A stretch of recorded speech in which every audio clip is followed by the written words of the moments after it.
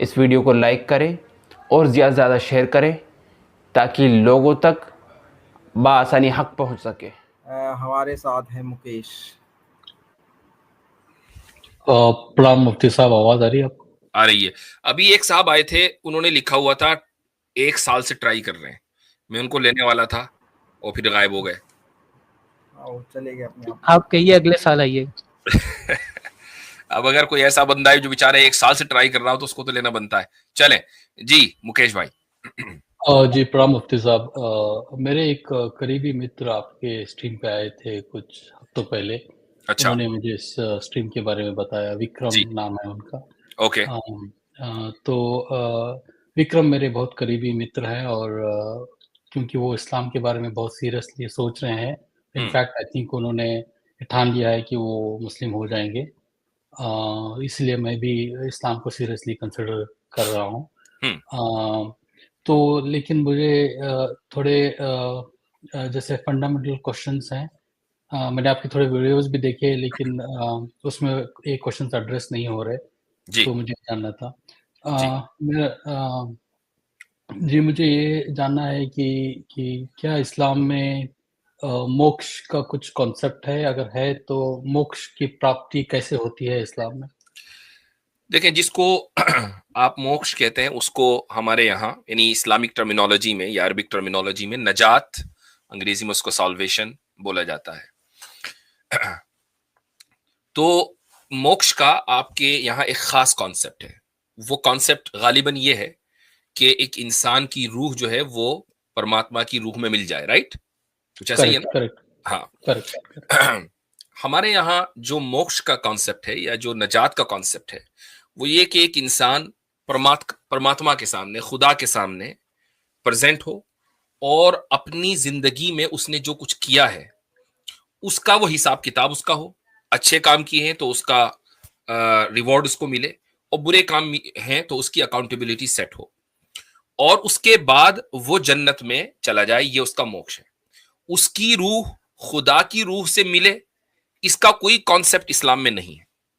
वो जन्नत में जाएगा, हमेशा की जिंदगी वहां होगी जहां कोई परेशानी नहीं है, जहां कोई गम नहीं है। चूंकि एक इंसान की रूह का परमात्मा की रूह से मिलना, इसका अल्टीमेट रिजल्ट क्या निकलता है? यानी अगर मैं आपसे पूछूं कि भाई फिर क्या होगा, देन व्हाट, आप उसका क्या जवाब देंगे? पता नहीं सर। राइट। अब एक तरफ हम ये कहते हैं कि मोक्ष तो हो गया लेकिन हमें पता नहीं, लेकिन हम ये कहते हैं कि इस्लामी एतबार से जो मोक्ष है हमें उसका पता है। वो ये है कि जब एक इंसान जन्नत में चला गया तो वहां उसको ला खौफुन अलैहिम वला हुम यहज़नून, कुरान ये कहता है कि ना तो जन्नत वालों के ऊपर कोई गम आएगा और ना कोई डर आएगा। किसी किस्म का ना गम ना डर, सिर्फ खुशी ही खुशी। तो हमें ये पता, और वो जिंदगी कभी खत्म नहीं होनी। तो जब हमें ये पता है तो ऑब्वियसली बात है कि मोक्ष के आप उस कॉन्सेप्ट को लेंगे कि जिसमें आपको पता हो कि होना क्या है। वो कॉन्सेप्ट मेक सेंस नहीं करता कि जिसमें आपको पता ना हो कि होना क्या है। ठीक है। तो सर एक जो वननेस ऑफ गॉड की बात करते हैं तो ये मुझे लग रहा था कि वननेस ऑफ हमारी आत्मा एंड परमात्मा की वो नहीं है। नहीं, वननेस ऑफ गॉड का मतलब आप जो बात कह रहे हैं उसको बोला जाता है वहदतुल वजूद को अंग्रेजी में क्या बोलते हैं भाई बसालत भाई? उसका टर्मिनोलॉजी से निकल गई वहदतुल वजूद की। खैर, अगर किसी को कमेंट्स में याद हो तो जरा बताएं। तो एनीवेज, यानी जो एग्जिस्टेंस है वो बस एक है, ठीक है, और वो एग्जिस्टेंस हर चीज में है।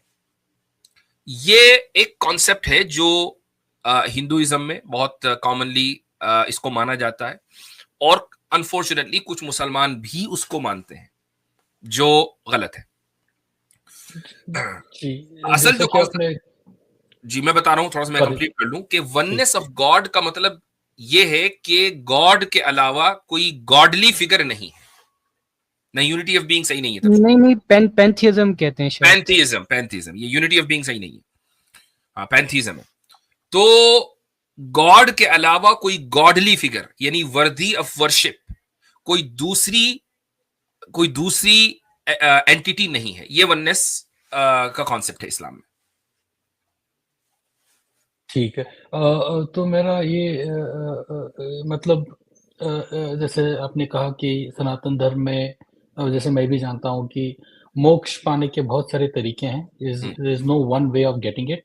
तो इस्लाम में भी जैसे आपने कहा कि जन्नत में जाना फाइनल डेस्टिनेशन जैसा जी है, तो जी इसके क्या मल्टीपल तरीके हैं, यानी सिर्फ एक खुदा में मानना और जो जो 5 फंडामेंटल प्रिंसिपल्स हैं इस्लाम के, उसको कंप्लीट करने से ये मिल जाता है, या what are the ways of achieving salvation, basically ये पूछना चाहता हूँ मैं।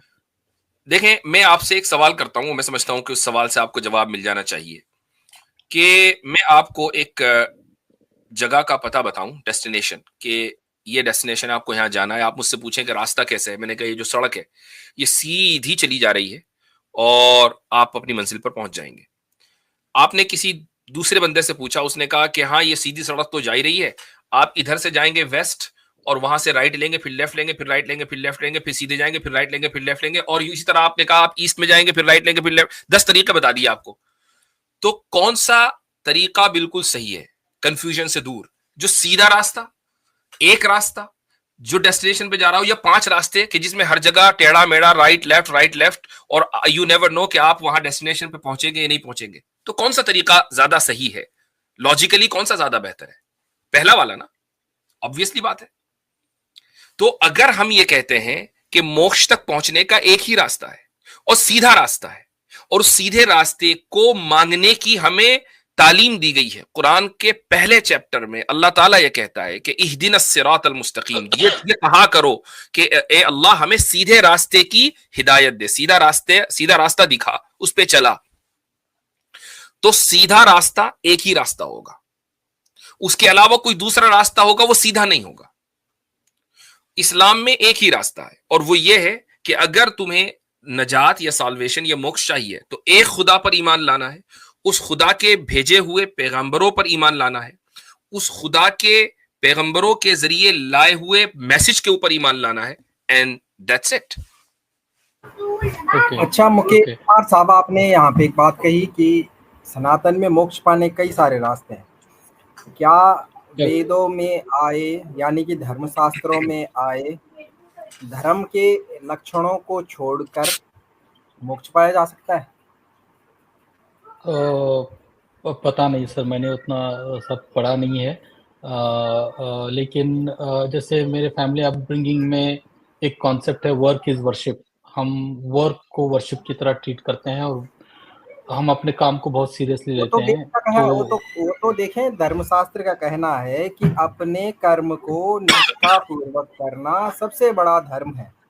ये तो वेद में कहा गया है। लेकिन यहाँ पे कर्म से मुराद वो कर्म नहीं कि अगर आप एक ब्राह्मण हो के आप एक इंजीनियर हैं तो आप उसी इंजीनियरी की बुनियाद पे मोक्ष पाएंगे, नहीं, बल्कि आप जिस वर्ण में पैदा हुए हैं आप उसी वर्ण के तहत रह के जो कर्म आपको व्यवस्था द्वारा दिया गया है, यानी कि धर्मशास्त्र द्वारा दिया गया है, आप उस कर्म को निष्ठा पूर्वक करेंगे तब जाके आपके लिए मोक्ष है।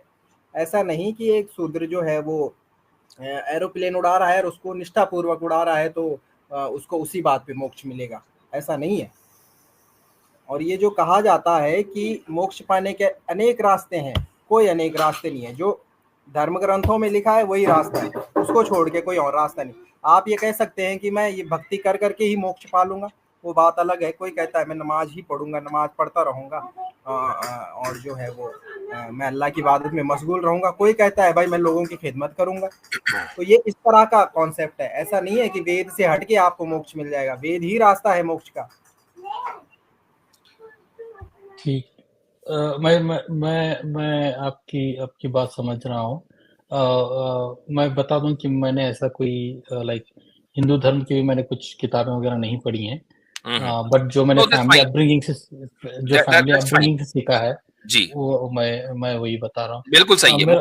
मुकेश भाई एक चीज मैं आपको बता देता हूँ कि आप जिस इन्वायरमेंट में हैं हिंदू समाज में, वहां पर या हिंदू थियोलॉजी में अगर हम देखें तो उसमें कर्म या वर्क उसको अहमियत दी जाती है, बिलीफ को अहमियत नहीं दी जाती। आप कुछ भी आस्था रखें, है ना, बस ये कि आपके कर्म अच्छे हों। आपने इस तरह की बात और इस तरह की लाइन कई मर्तबा सुनी होगी। Correct, correct, 100% correct. इस्लाम में क्या है कि कर्म यानी वर्क और आस्था यानी फेथ, दोनों की अहमियत है। मसलन एक आदमी अगर फेथ उसका सही है लेकिन उसका अमल या उसका वर्क सही नहीं है, हम उसको फासिक बोलते हैं, उसको अंग्रेजी में ट्रांसग्रेसर बोला जाता है। और उसके बारे में हमारा यह अकीदा है कि खुदा के सामने पेश होगा और अपने कर्म का हिसाब देगा खुदा। और अगर उसके अमाल ऐसे होंगे उसको जहन्नम में फेंक दिया जाए तो उसको जहन्नम में एक मुद्दत के लिए फेंक दिया जाएगा और वो अपनी सजा पूरी करके फिर निकलेगा, क्योंकि उसका निकलेगा इसलिए चूंकि फेथ उसका सही है। अच्छा, इसी तरीके से एक आदमी का अगर मान ले कर्म ठीक है लेकिन फेथ सही नहीं है तो उसके लिए अलग अलग अल्फाज हैं। उसके लिए अगर फेथ बिल्कुल ही करप्ट है उसको हम डिसबिलीवर बोलते हैं, जिसके लिए आपने लफ्ज सुना होगा काफिर, जिसको बहुत से लोग गाली समझते हैं, लेकिन ये गाली नहीं है, ये एक स्टेट है, एक ह्यूमन का स्टेट है। इसी तरह एक लफ्ज आता है बिदती, इनोवेटर, कि उसने फेथ के अंदर अपनी तरफ से कुछ गढ़ दिया।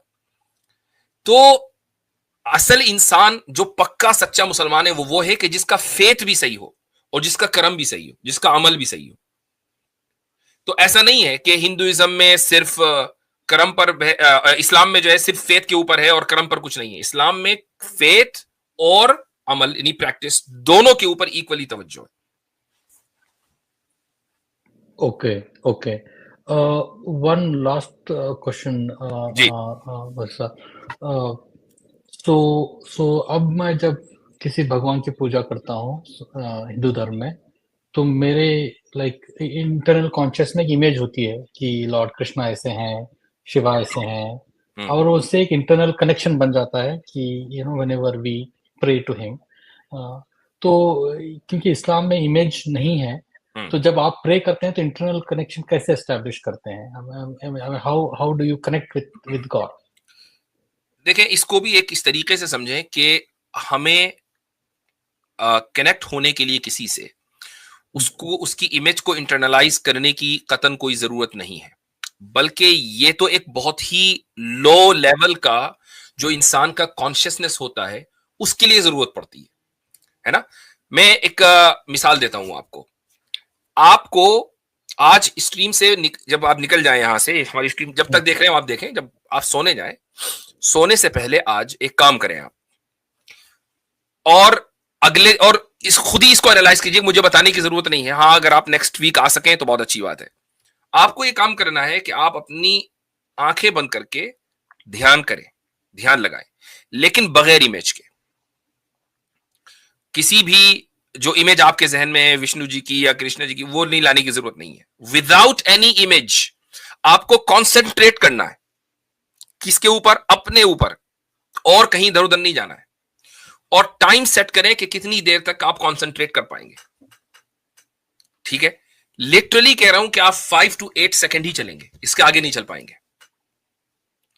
ठीक, लेकिन अगर आप एक इमेज जहन में लेकर आते हैं और उस पर कॉन्सेंट्रेट करना चाहेंगे तो आप 15 to 20 सेकेंड आराम से चले जाएंगे।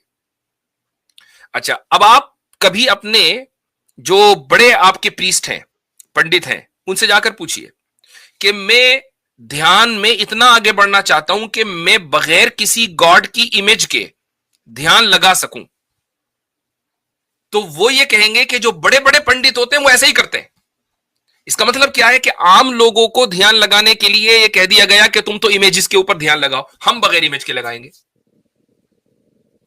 इससे क्या साबित हुआ? इससे यह साबित हुआ कि अगर आप, इसको हम बोलते हैं मुराकबा, जिसको आप ध्यान बोलते हैं, तो या मेडिटेशन, अगर आप मेडिटेशन का आगाज करते हैं तो जो बिल्कुल फर्स्ट लेवल है, फर्स्ट स्टेज है, उसमें आपके जहन में एक इमेज होती है, और जो लास्ट स्टेज है उसमें आपके जहन में कोई इमेज नहीं होनी चाहिए, तभी मेडिटेशन सक्सेसफुल है। इससे यह साबित होता है कि at the end of the day जितने भी ध्यान लगाने वाले हैं सबका गोल यह है कि बगैर इमेज के मैं ध्यान लगाऊं, है ना।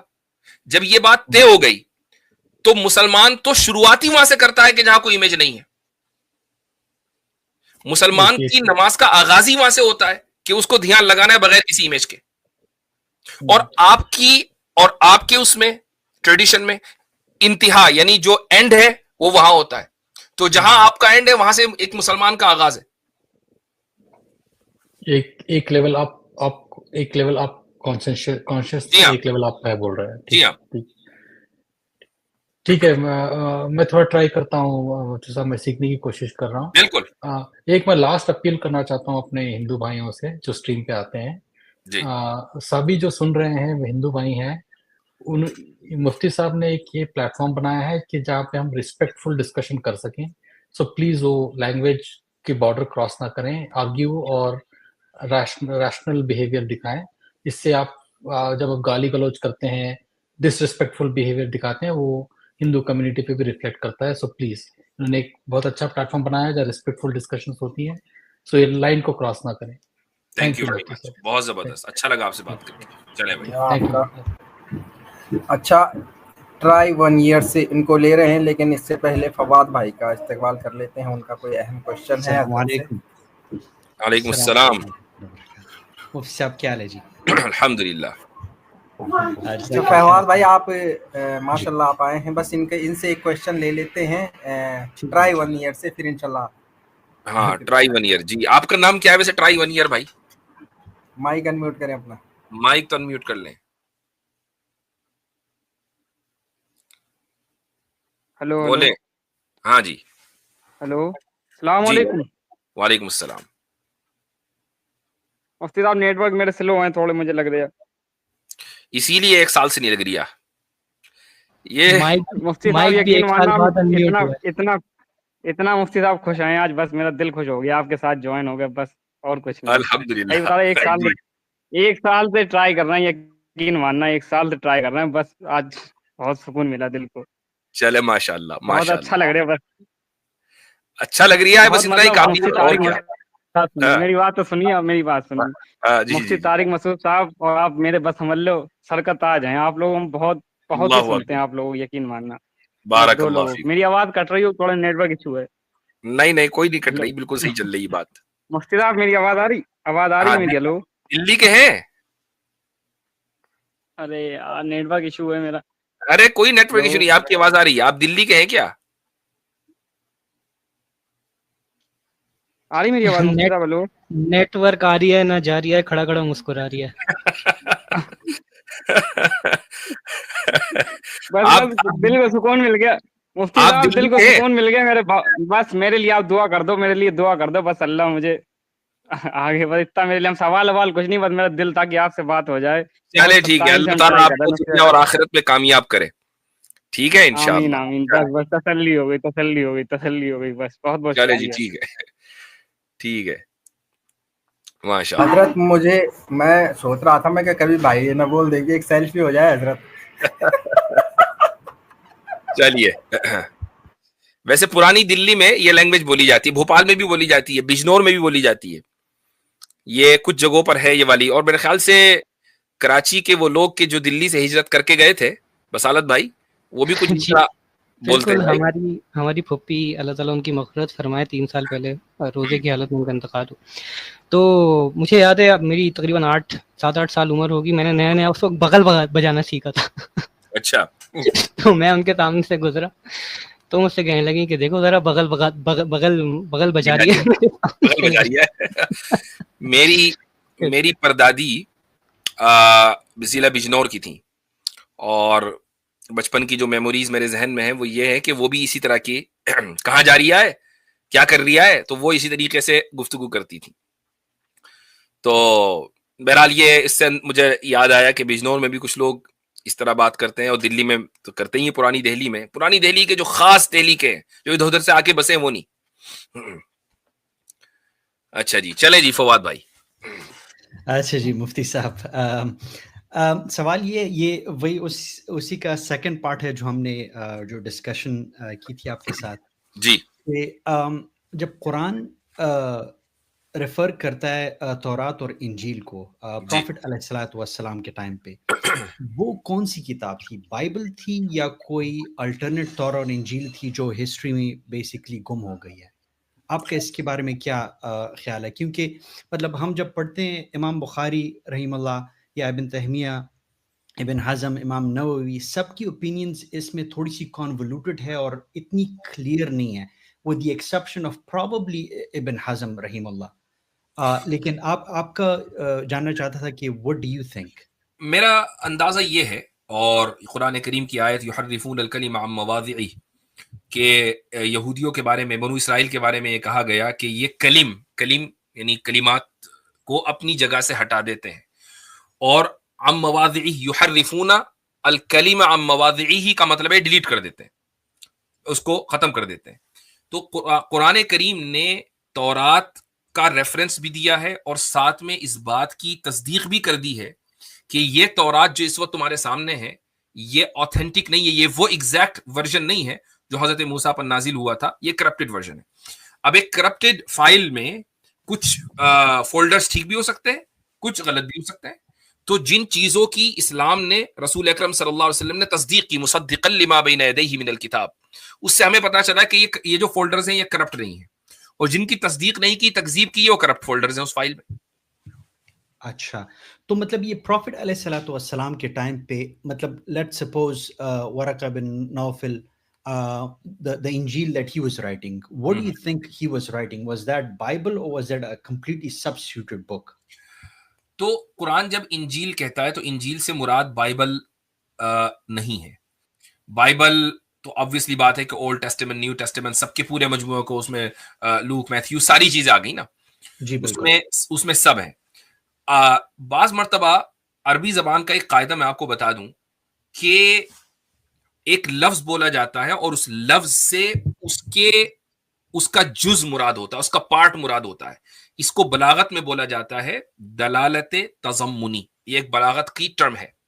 मसलन मैं ये कहूं कि कतबतुल कुरान, मैंने कुरान लिखा, इसका मतलब ये नहीं होता कि मैंने पूरा कुरान लिखा। इसका मतलब ये भी हो सकता है कि मैंने कुरान की एक आयत लिखी, मैंने कुरान की 5 आयतें लिखी, and I can still say कतबतुल Quran, I wrote the Quran. इसको बलागत में, अरबिक रेटोरिक में दलालत तज़म्मुनी बोला जाता है, ठीक है। तो इसी तरह यक्तुबुल इंजीला, हदीस में है यक्तुबुल इंजीला इलल बिल अरबियती, कि वो अरबी जबान में इंजील लिखते थे। इसका मतलब ये नहीं कि वो इंटायर बाइबल लिख रहे थे, ये कोई जरूरी नहीं है, पॉसिबल भी है लेकिन कोई जरूरी नहीं है। वो अगर उसकी 10 वर्सेस भी लिख रहे थे तो वो भी इंजील लिखना ही होगा। सही है, क्योंकि इब्न तैमिया रहीमहुल्लाह वो 3 ओपिनियंस इस पे मतलब रखते हैं और वो फिर बताते हैं कि मतलब कौन सी ओपिनियन ठीक है। वो बेसिकली ये कहते हैं कि some people they actually held the opinion that there is no version in the world similar to what Allah had revealed in the Tawrat and Injil. Rather, it is a substituted book, right? और फिर second opinion वो ये कहते हैं, another opinion is that no one altered any of the letters of the books, but rather they distorted their meanings. वो तहरीफ right, तहरीफ मानवी के कायदे तहरीफ लफ्जी के नहीं, और ये मेजॉरिटी की ओपिनियन नहीं है। अच्छा, और वो फिर थर्ड ओपिनियन देते हैं, and the correct opinion according to me, he says, is the third, that on earth there have been true versions that are correct and survived until the time of Prophet alayhi salatu wassalam, and many distorted copies. तो वो ये कहते हैं कि Prophet alayhi salatu wassalam के time पे तौरात और इंजील की correct copies थी, and this is why he argues that, you know, if I'm not mistaken, Ibn Hazm rahimullah, he holds a similar type of opinion.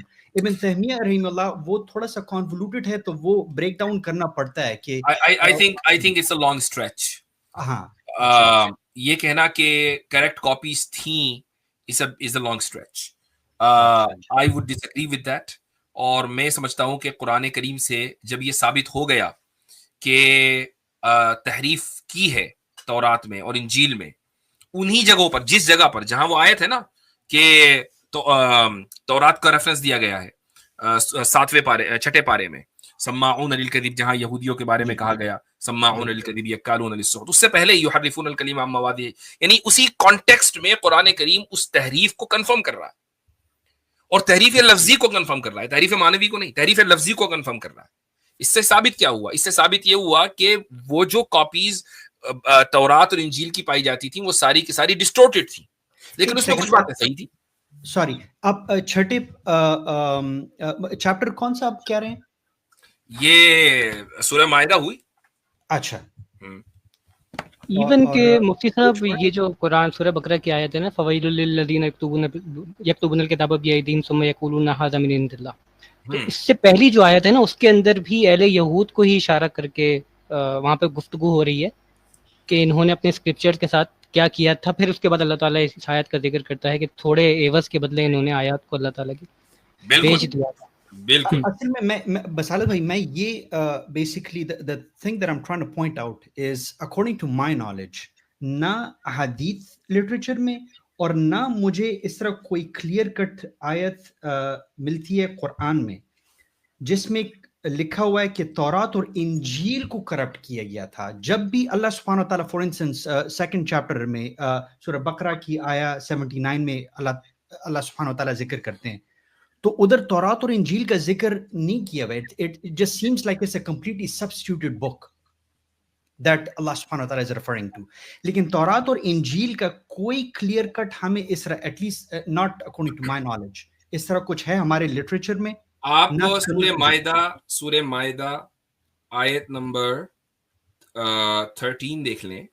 अच्छा, उसमें अल्लाह ताला फरमा रहा है कि फबिमा नक़ज़िहिम मीसाक़हुम लअन्नाहुम वजअलना क़ुलूबहुम क़ासिया, उनके प्रॉमिस को ब्रेक करने की वजह से हमने अपनी रहमत से उनको दूर कर दिया और उनके दिलों को सख्त कर दिया।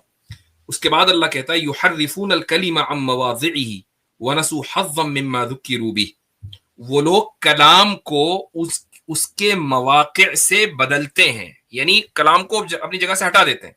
वहां है ही नहीं वो जगह, एक स्टेटमेंट है वो है ही नहीं वहां पर, अपनी जगह से उसको हटा दिया उन्होंने। यह है तहरीफ लफ्जी।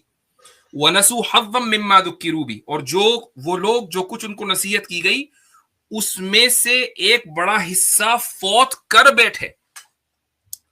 क्या मतलब वो इसका? आप एक नसीहत आपको दी गई और आपने उसको फौत कर दिया। फौत करने का मतलब ये है कि आप उसको डिलीट कर चुके हैं, अब वो है ही नहीं आपके पास। सही, इससे ज्यादा और क्लियर क्या होगा? अच्छा नहीं, तो यही मैं कह रहा हूं ना कि मतलब ये मैं नहीं कह रहा हूं कि it would have survived the entirety of इंजील फ्रॉम द टाइम ऑफ ईसा अलैहि सलाम या मूसा अलैहि सलाम, right? What I am trying to argue is, क्योंकि इस वर्स में भी अगर आप इफ यू पे अटेंशन, ये नहीं लिखा हुआ कि तौरात और इंजील को करप्ट इन्होंने किया, सब्स्टिट्यूशन लग रही है। क्योंकि हमारे पास कुछ हदीत इस तरह मिलती हैं, वो ऑथेंटिसिटी वो हम डिस्कस कर सकते हैं। some say it's Hassan, some say it's probably daif, ke some of the kings, they actually altered and they basically launched publicly a completely substituted book from the Injil, and they forced that upon आपको शायद याद भी हो, ये मेरे ख्याल में if I'm not mistaken, I'll copy and paste it for you backstage. आप देख सकते हैं वो कि कितना वो authentic है, ठीक है? I think this is mentioned, if I'm not mistaken, this is mentioned in, yeah, this is the one. I'll copy and paste it for you. तो उसमें लंबी हदीस है, उसमें ये जिक्र किया हुआ है कि ईसा अलैहि सलाम के टाइम के बाद some of the kings they basically emerged and they launched publicly a completely substituted book, and they enforced that upon Christians. So that sort of lines up with Surah Kahf में जो जिक्र है, जो वो लोग थे and they were put to sleep for a very long period of time, right? So तो मतलब इस तरह कुछ चीजें हमें मिलती हैं हदीत लिटरेचर में कि it seems like there was probably a completely substitutionary book at the time of the 7th century Arabia. क्योंकि देखिए जो 10 commandments हैं वो भी हमें मुख्तलिफ मिलती हैं, जो इनके बाइबल में जिक्र नहीं है। उसमें कम से कम 4 या 5 commandments are completely different. Riba का जिक्र है, उसमें जिहाद का जिक्र है, ब्लैक मैजिक का जिक्र है। इनके 10 कमांडमेंट्स में तो वो जिक्र नहीं है। तो वो कौन सी किताबें थी? गुफ्तगू जो है बहुत इधर उधर चली गई है। हम सिर्फ इस चीज पर बात कर रहे हैं कि तहरीफ लफ्जी हुई है या नहीं हुई है। तौरात और इंजील में, बाइबल की बात नहीं हो रही है। तौरात और इंजील में तहरीफ लफ्जी हुई है या नहीं। मैं ये कहता हूं कि कुरान की इस आयत से, आयत नंबर 13 सूरह माइदा से ये क्लियरली पता चलता है कि तहरीफ लफ्जी हुई है। That's all what I'm trying to say. अब ये कि किसी किंग ने किसी खास इलाके में एक अल्टरनेट किताब दे दी थी, वो भी सही हो सकता है, लेकिन उससे ये केस वीक नहीं होता कि यहूदियों ने और ईसाइयों ने तौरात और इंजील में तहरीफ लफ्जी नहीं की थी।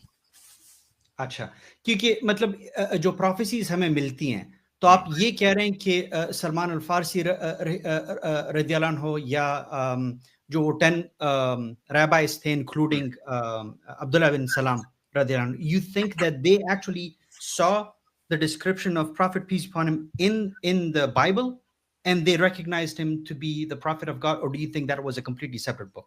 That's the point that I'm trying to make.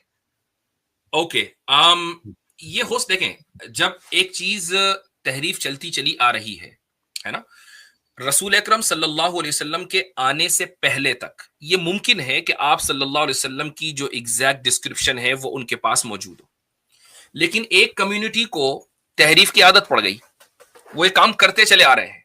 और कम्युनिटी कौन है? रेसिस्ट है, प्योर रेसिस्ट कम्युनिटी है, ठीक है। आज भी वो रेसिस्ट है, कल भी वो रेसिस्ट है।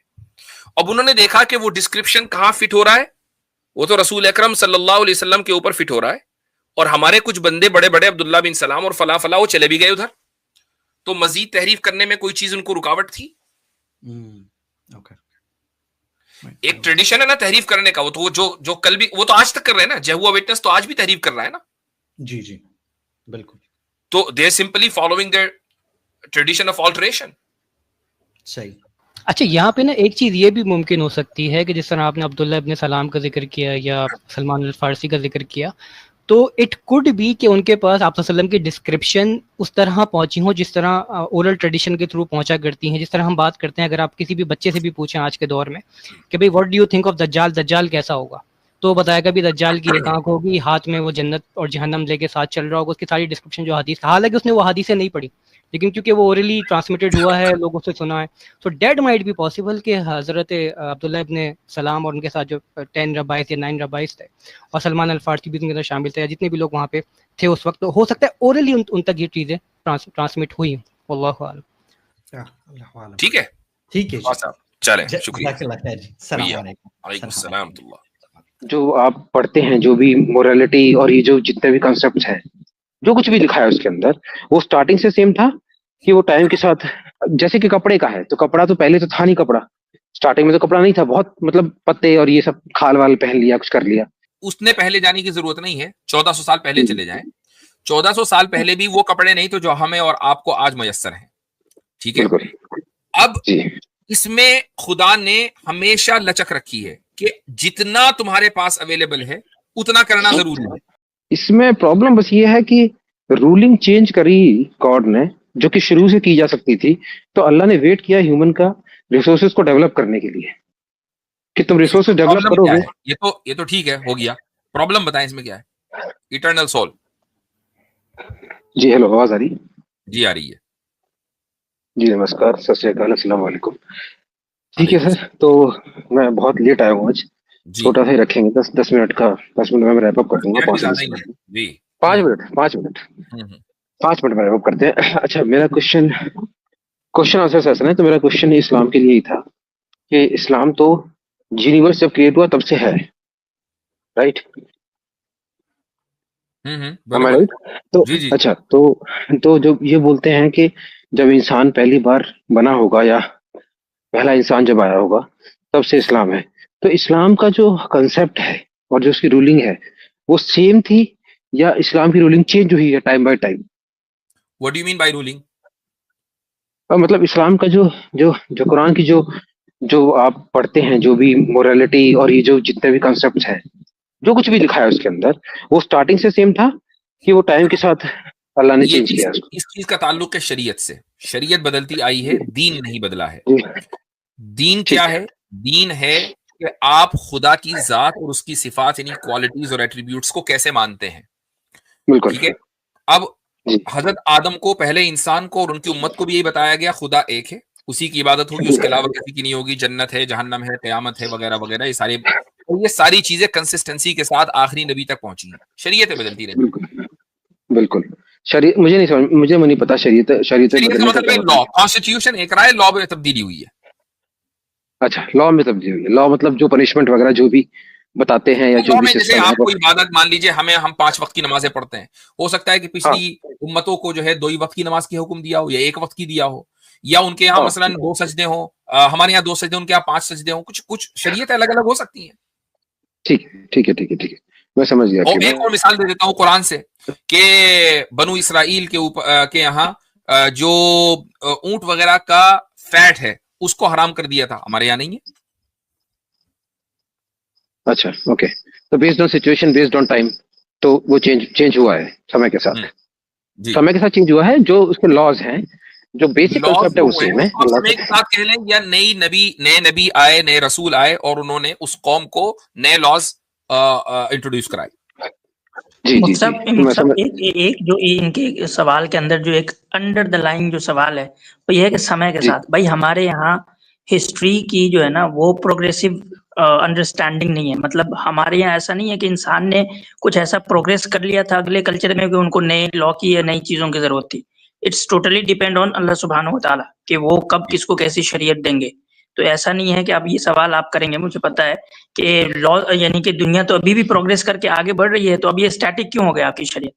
तो हमारे यहाँ जो शरीयत का ताल्लुक है वो प्रोग्रेसिविज्म से नहीं है, इतना याद रखना। अब आप अपना सवाल फ्रेम जी। करें। नहीं मतलब जरूरत के हिसाब से अल्लाह को लगा होगा कि अब इसमें ये रूल लगाना चाहिए, तो उन्होंने वो रूल लगा दिया। इसको मतलब भी हमारे प्रोग्रेसिविज्म ही कहते हैं। मिसाल के तौर पर जो मैंने अभी आपको कहा कि ऊंट की जी चर्बी हराम है बनु इसराइल के ऊपर, तो ये सजा के तौर पर अल्लाह ताला ने उनके ऊपर हराम की है। ऐसा नहीं कि उनको लगा कि नहीं इनके लिए चर्बी खाना हराम है, सारे मोटे होकर फट जाएंगे, नहीं। चलिए, ये बल्कि तो बहुत है अपना एक्सेप्शन, ये तो अपने एक्सेप्शन बता दिए ना। मैं जनरल रूलिंग्स की बात कर रहा हूँ जी। उसका भी ताल्लुक प्रोग्रेसिविज्म से नहीं है। खैर, अब आप अपना सवाल जी। करें, तो सवाल ही नहीं आ रहा है। नहीं, पहला सवाल तो यही था कि इस्लाम चेंज हुआ है क्या? रूलिंग्स पे आपने कहा चेंज हुआ है समय के साथ, या जरूरत के हिसाब से, या कोई और वर्ड भी यूज कर सकते हैं कि अल्लाह के मुताबिक चेंज हुआ है। तो उन्होंने रूलिंग्स अपनी चेंज की है समय के साथ। अब वो चेंज क्यों की है? क्योंकि उस समय पे उसकी जरूरत हुई होगी, राइट? आगे बोलें, अपनी बात मुकम्मल करें। जी जी जी जी जी। तो मेरा पॉइंट ये है कि जैसे कि अभी बहुत सारी रूलिंग है, कोई भी एग्जांपल ले सकते हैं। क्या एग्जांपल है? शादी का जैसे एग्जांपल है, तो पहले तो शादी का कंसेप्ट था ही नहीं शायद स्टार्टिंग में, जब ह्यूमन नया आया होगा। मैरिड की मैरिज है या हस्बैंड वाइफ का कंसेप्ट हो, बाद में मैरिज का कंसेप्ट आया होगा, तो उन्होंने मैरिज के रूल्स बताए होंगे कि मैरिज में ये किया जा सकता है। उस ऐसे ही कोई और एग्जांपल ले सकते हैं। आप सवाल पूछे हाँ, नहीं मैं सुन रहा हूँ कि हमारे आज इफेंडर सोल भाई क्या कहेंगे, मैं तो सुन रहा हूँ। नहीं, मैं नहीं, देखिए, मैं क्वेश्चन जो पूछ रहा हूँ उसका एक रीजन है। क्वेश्चन मैं समझने की कोशिश कर रहा हूँ कि किस तरीके से इस निजाम को चलाया गया होगा स्टार्टिंग से। जैसे कि कपड़े का है, तो कपड़ा तो पहले तो था नहीं, कपड़ा स्टार्टिंग में तो कपड़ा नहीं था, बहुत मतलब पत्ते और ये सब खाल वाल पहन लिया, कुछ कर लिया। तो जो ये हिसाब का कंसेप्ट है, ये भी बहुत बाद में इंट्रोड्यूस किया होगा अल्लाह ने, पहले नहीं रहा होगा। तो रूलिंग्स चेंज हुई हैं, क्या इस बात से आप सहमत है? इन सबसे रिलेटेड, राइट? असल में असल में आपने क्या किया कि रिलीजन को जी। नवाल हरारे की एंथ्रोपोलॉजी से मिला दिया, ठीक है। नवाल हरारे कौन है सर? वो बहुत से लोगों को आजकल उनकी कॉन्शियसनेस के ऊपर वही छाया हुआ है। होता अच्छा, क्या है अच्छा। कि मसलन स्कूलों में आपको जी, जो है जी, एक चीज सिखाई जाती है कि भाई कुछ लोग हैं, उन्होंने बस अपना जो प्राइवेट पार्ट है उसको ढका हुआ है, उसके बाद फिर आगे प्रोग्रेस ह्यूमैनिटी होती है तो एक और चीथड़ा जिस्म के ऊपर आ जाता है, फिर उसके बाद जेंटलमैन बनकर आता है बंदा, एकदम सूटेड बूटेड टाई वाई। तो आपके जी, जहन जी। में वो एक इमेज है कि जैसे जैसे कपड़े आ रहे थे वैसे वैसे हिजाब भी आ रहा था, ठीक है। जी, तो जी, जी। ये जो चीज है वो ये है कि मसलन आपने शादी की मिसाल दी। बिल्कुल। अब शादी के साथ बहुत सी रस्में रिवाज ऐड हो गए। भाई हिंदुइज्म जी, में जो जी। शादी है वो बिल्कुल अलग अंदाज से होती है, इस्लाम में जो शादी है वो अलग अंदाज से होती है। अब इस्लाम में शादी किस बिल्कुल। अंदाज से होती है? इस्लाम में शादी होती है ईजाब और कबूल से, यानी एक तरफ से ऑफर हो, दूसरी तरफ से एक्सेप्टेंस ऑफ द ऑफर हो, जिसको हम कहते हैं फुल जी। कंसेंट, और इस तरीके से को पब्लिक में हो जिसके दो चार गवाह भी मौजूद हो। आप अगर देखें कि सबसे पहले इंसान मसलन हजरत आदम और हजरत हव्वा, पहला मर्द पहली औरत, इनको खुदा ने पैदा किया और इनके दरमियान फुल कंसेंट था। ऑब्वियसली दोनों खुदा को जानते थे, दोनों इस बात को जानते थे कि खुदा ने हमें पैदा किया है, हमारे अलावा कोई दूसरा नहीं है, और इन्होंने अपनी जिंदगी को एक साथ रहना शुरू कर दिया। अब आप ये नहीं कह सकते कि इनका तो निकाह ही नहीं हुआ था, इन्होंने तो 7 चक्कर नहीं काट, 7 फेरे नहीं लिए थे, इनके यहाँ तो जूता चुराई की रस्म नहीं हुई थी। ये सब तो रस्में है ना भाई। नहीं, मैं पॉइंट नहीं समझा, मेरा पॉइंट नहीं समझ पा रहे फिर आप। मेरा पॉइंट बेसिकली यही है कि क्या कुछ रूलिंग्स में चेंज हुआ है कि नहीं हुआ है? बात मैरिज हो या रूलिंग में चेंज होता है, खुदा की मर्जी के मुताबिक चेंज होता है। हम बिल्कुल ये समय के मानते साथ। हैं, मैं एक जी चीज और बता देता हूं आपको कि इस्लाम जिस दौर में आया है, जी क्या ये दौर अपनी फिलोसॉफिकल पीक पर पहुंच गया था या नहीं पहुंच गया था फिलोसॉफिकली? पता नहीं सर, कुछ कह नहीं सकते, ये तो सबका रिलेटिव है, वेरी रिलेटिव थिंग टू आज से। भी आप फिलोसफी की जैसे ही बात करते हैं, आप किन जी दो बड़े नामों की बात करते हैं? नहीं, वो तो देखिए सर, जो भी बात करते हैं, जिसकी भी बात करते होंगे, पता नहीं कौन कौन से फिलोसोफर आए और चले गए, भाई मैं बता बट रहा हूं ये ना जो आपको, अरस्तु, जी एरिस्टोटल और प्लेटो, ठीक है, दो बड़े नाम ओके, फौरन आ जाते हैं। उसके ठीक है, बाद और भी आ गए हैं सर, अभी तो और बहुत भी आ गए हैं, हैं, और चलो भी हैं, जी इसीलिए जी ये तो जीसस से कई सौ साल पहले थे ना, लेकिन जी जीसस के 500 550 साल के बाद रसूल अकरम सल्लल्लाहु अलैहि वसल्लम तशरीफ लाते हैं, तो जी दुनिया फिलोसफी की पीक पर पहुंच चुकी थी। ये जो डिस्कशन थे ना कि गॉड एग्जिस्ट करता है, उसके फिलोसॉफिकल आर्ग्यूमेंट्स क्या है, एग्जिस्ट नहीं करता तो उसके फिलोसॉफिकल आर्ग्यूमेंट्स क्या है, मोरालिटी के फिलोसॉफिकल आर्ग्यूमेंट्स क्या है, हर चीज यहां मौजूद थी। ऐसे मौके पर इस्लाम आता है और इस्लाम मोरालिटी के वो कवानीन देता है जो ग्रीक फिलोसफी के पास नहीं थे। ठीक है, नहीं नहीं तो नहीं नहीं, इस्लाम नहीं नहीं, गलत गलत सर, तो गलत बोल रहे बिल्कुल हैं, ऐसे ही वेट है, वेट वेट, बिल्कुल ऐसा ही नहीं है। ग्रीक मेरी बात सुन फिलोसफी लीजिए, तो ये डिस्कस कर रही थी कि हम मौजूद हैं या नहीं। मेरी बात भी सुन लीजिए सर, जी, ये इस्लाम ने नहीं दिया, इस्लाम तो बहुत पहले से था, वो आप कह रहे हैं जब प्रॉफिट मोहम्मद आए तब इस्लाम आया, इस्लाम तो स्टार्टिंग से। नहीं नहीं नहीं हाँ? नहीं नहीं नहीं नहीं। जब जी जी असल में एक चीज और ये भी है कि मुसलमानों का एक अपना एक कल्चर है, और वो कल्चर में लफ्ज इस्लाम को कभी शरीयत के माने में बोलते हैं और कभी दीन के माने में बोलते हैं। दीन अच्छा हमेशा ठीक है, हजरत आदम से, और इस्लाम को शरीयत यानी लॉज, मोरालिटी लॉज हो या कोई भी लॉज हो, उनके बाद उनके लिए भी बोला जाता है। ठीक है, तो इस ठीक है। फर्क को जरा ध्यान में रखिएगा। तो तो मैं आपकी बात से मैं आपकी बात से ये समझाऊं कि इस्लाम पहले से था, जो शरीयत है, रूलिंग है, वो प्रॉफिट मोहम्मद के आने के बाद आई। हाँ, आप ये कहना चाहते हर नबी को एक अलग लॉ दिया गया है, कुछ लॉ कॉमन है, कुछ लॉज के अंदर तब्दीली आई है। तब्दीली आई है, तो लॉज के जी अंदर तब्दीली आई है समय के साथ, जी ठीक है। बिल्कुल अब वो अल्लाह की मर्जी से आई है तब्दीली, इसका कुछ रीजन रहा बिल्कुल। होगा। जी हाँ, तो इसमें जो मैंने आपको रीजन दिया कपड़े वाला, वो रीजन सही नहीं लग रहा आपको? इन्हीं में समझा कपड़ा नहीं जो उस पहले, रीजन। हाँ, जो कपड़े का मैंने क्लॉथ का रीजन दिया कि देखिए, पहले तो कपड़े थे भी बहुत कम, अमीर आदमी के लिए तो पॉसिबल था, गरीब आदमी के लिए तो कपड़े लेना भी पॉसिबल नहीं था, और उससे पहले तो कपड़ा इन्वेंट ही बहुत लेट हुआ था। पहले तो लोग क्या पहनते थे कि वो एनिमल का लेदर काट के पहन लिया, कुछ कर लिया, तो डिफिकल्ट सिचुएशन थी अपने आप को ढकना। तो उस समय तो रूलिंग डिफरेंट रही होगी ना अल्लाह की, भाई कि ठीक है जितना कर सकते उतना करो, बाकी मत करो। उस वक्त भी जो अवेलेबल रिसोर्सेज हैं, मिसाल के तौर जी पर, उसने पहले जाने की जरूरत नहीं है, 1400 साल पहले जी चले जाएं। 1400 साल पहले भी वो कपड़े नहीं तो जो हमें और आपको आज मयसर हैं। ठीक है, बिल्कुल अब जी इसमें खुदा ने हमेशा लचक रखी है कि जितना तुम्हारे पास अवेलेबल है उतना करना जरूरी है। उसकी एक मिसाल मैं आपको दे देता हूं। उसकी मिसाल ये है कि मस्जिद नबवी में नमाज होती थी, औरतें भी जी पीछे पढ़ती थी नमाज, मर्द आगे नमाज पढ़ते थे। कुछ मर्दों के पास कपड़े तंग होते थे। तंग कपड़े जी होने की वजह से ये मुमकिन था कि अगर वो सजदे में है तो कुछ उनके जिस्म का हिस्सा एक्सपोज हो जाए। तो ये हुक्म दिया कि भाई औरतों को कि तुम सजदे से सर थोड़ा सा चंद सेकंड लेट उठाओ, ताकि मर्द जो है वो प्रॉपर खड़े हो जाए और किसी का जिस्म एक्सपोज ना हो।